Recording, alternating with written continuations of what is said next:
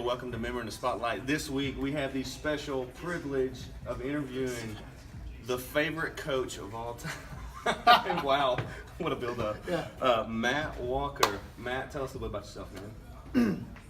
Well, I've been in Texas for right about 3 years now, CrossFitting for 6 years, and coaching for about 5. So Awesome. Where'd you start out at? I started out CrossFit Destin in Destin, Florida, in the Panhandle. I was at that time probably about 255, 260 255, 260 pounds. pounds, yes, lbs, and All rock solid. yeah, exactly. But yeah, it was fun. In fact, I was thinking about that on my day in here today. First WOD, like in the foundations class, was a 5-minute AMRAP of 3 wall balls, 3 burpees. And I made it to about 2 minutes and 40 seconds before I sprinted out the back door to unload breakfast. Release the Kraken, yeah. Hey, so back up a little bit. What got you in CrossFit? Like, had somebody introduced you to it? It's funny. So a buddy of mine back in Florida, Ethan, is a big golfer, and he won 6 weeks free CrossFit in a golf tournament. Wow. And he was like, dude, you got to try this out. And I think at the time I was doing like Insanity in my living room, and I was like, I'm good. Insanity, like body shots and beer chugging? No. Insanity was kind of like the P90X minus the really annoying guy. But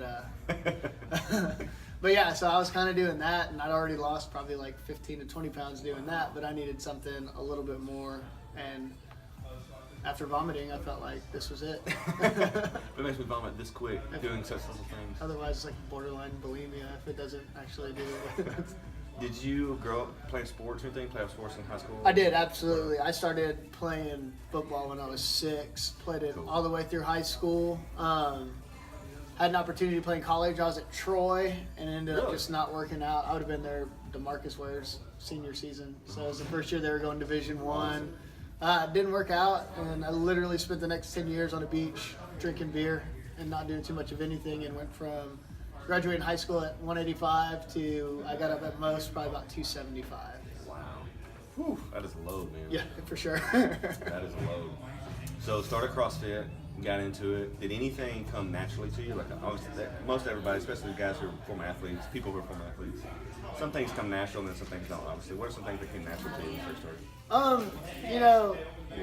was lucky enough, we always had coaches that would make us squat below parallel. Like we would do full range squats, so that helped a lot. Now we did do power cleans in high school, but they weren't coached very well, so the Olympic lifts took way more practice, way like a ton of extra time. Like you're not just gonna do it in a class. Like I would spend, and once I started coaching, I had to keep to the gym, and I mean, if I had off time, like I was there. Like that's what I was doing. Like I just got kind of bit by the bug, and I was up there a lot. How long did you do CrossFit before you decided to get certified and become a coach? I knew I wanted to pretty early on, and I mean, it was a little over a year when I went to Jacksonville and got my level 1. So me and one of my friends over in Florida both went over there, and it was a little over a year. So I think I got it in February, and I started doing CrossFit the January before that. So awesome. That's pretty quick. Yeah, so I did that one, and then the next year I flew out to California to get my CrossFit Kids. So I got certified in Kids at the original gym where they started CrossFit Kids. So that was really cool. Yeah, that was cool.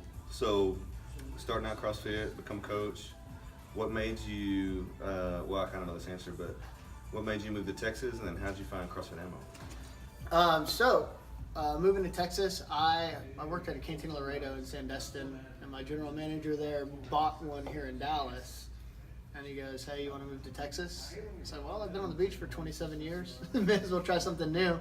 So came out here, and I stayed with my aunt and uncle who live here in Allen. So my first day, actually probably while driving because that's super safe, I was looking up CrossFit boxes. And this was the first one that popped up, and I was like, well, I'm going to try them all out around here, see how it goes. And after one day here, I was like, I don't think I'm going to try any of the other ones out. That's awesome. So started coaching here. You've probably had a touch in everything. You've done some kids. Mm-hmm. You've done some of the one-on-ones. You've done foundations. You've done a little bit of everything. What is, I guess, why kids, and why do you think CrossFit Kids is important for kids? That's kind of a loaded question, probably. But. No, that's a perfect question, and because like that was my main focus when I was in Florida, is I wanted to get the kids involved, just because I see, I mean, working in restaurants all the time, you see these kids, and for them to be in the shape that they are at age 8, 9, and 10 is just one of the most disheartening things that you can Obesity see. rate.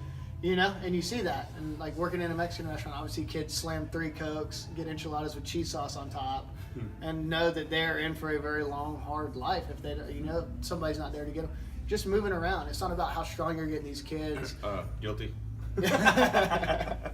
So it's not about Not every like day. trying to get like a ton of weight on them or trying to get them, but just to get them moving. They come in here for 45 minutes to an hour, move around, like the difference that makes in their life, and they enjoy it, especially kind of throw that competitive nature into it. They like it. I mean, they may enjoy playing video games, but you get them in here for an hour, they get excited. You see them fly up the Especially road. if it's a group of them. Absolutely. Same group. It's the same. It's why it works with the adults. Yep, exactly. Same as adults. When you get a routine group, that same kids, same time, same place, that they get to be friends. The kids have their own little mini community. Their parents have the community for their classes, and it works out. So how long have you been doing, let's switch gears a little bit, how long have you been doing the Open? How many years have you done the Open? Can you remember? So I've always done, we always did the workouts. I never signed up for the Open until I moved here. The first year I was in training in Frisco, so I couldn't do it, but I've done it for the last. So this will be the 3rd year that I've competed and signed up for the Open. Yep. And Matt is also our head judge.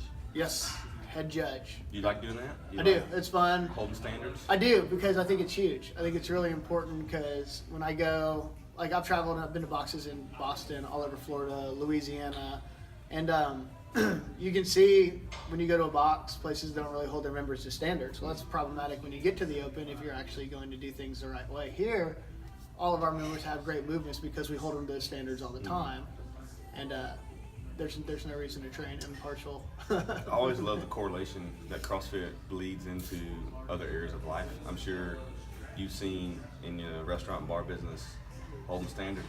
There's a standard in your product. There's a standard in what you place in front of people. A consistency. It's extremely important. So even though you're, I would say, a very long time veteran CrossFitter, you started back in the days when there probably wasn't the games, or if there were, they were small time CrossFit games. Probably still, so I started in 2011. That was back when there was only probably a couple thousand boxes worldwide. Yeah. What are some, and this may be kind of a hard question to think about, what are some of the things, I've thought about this a lot lately, looking back how CrossFit used to be versus the way it is now, what are some things that you like about that? Like the way that it's grown and the clientele, I guess that's different.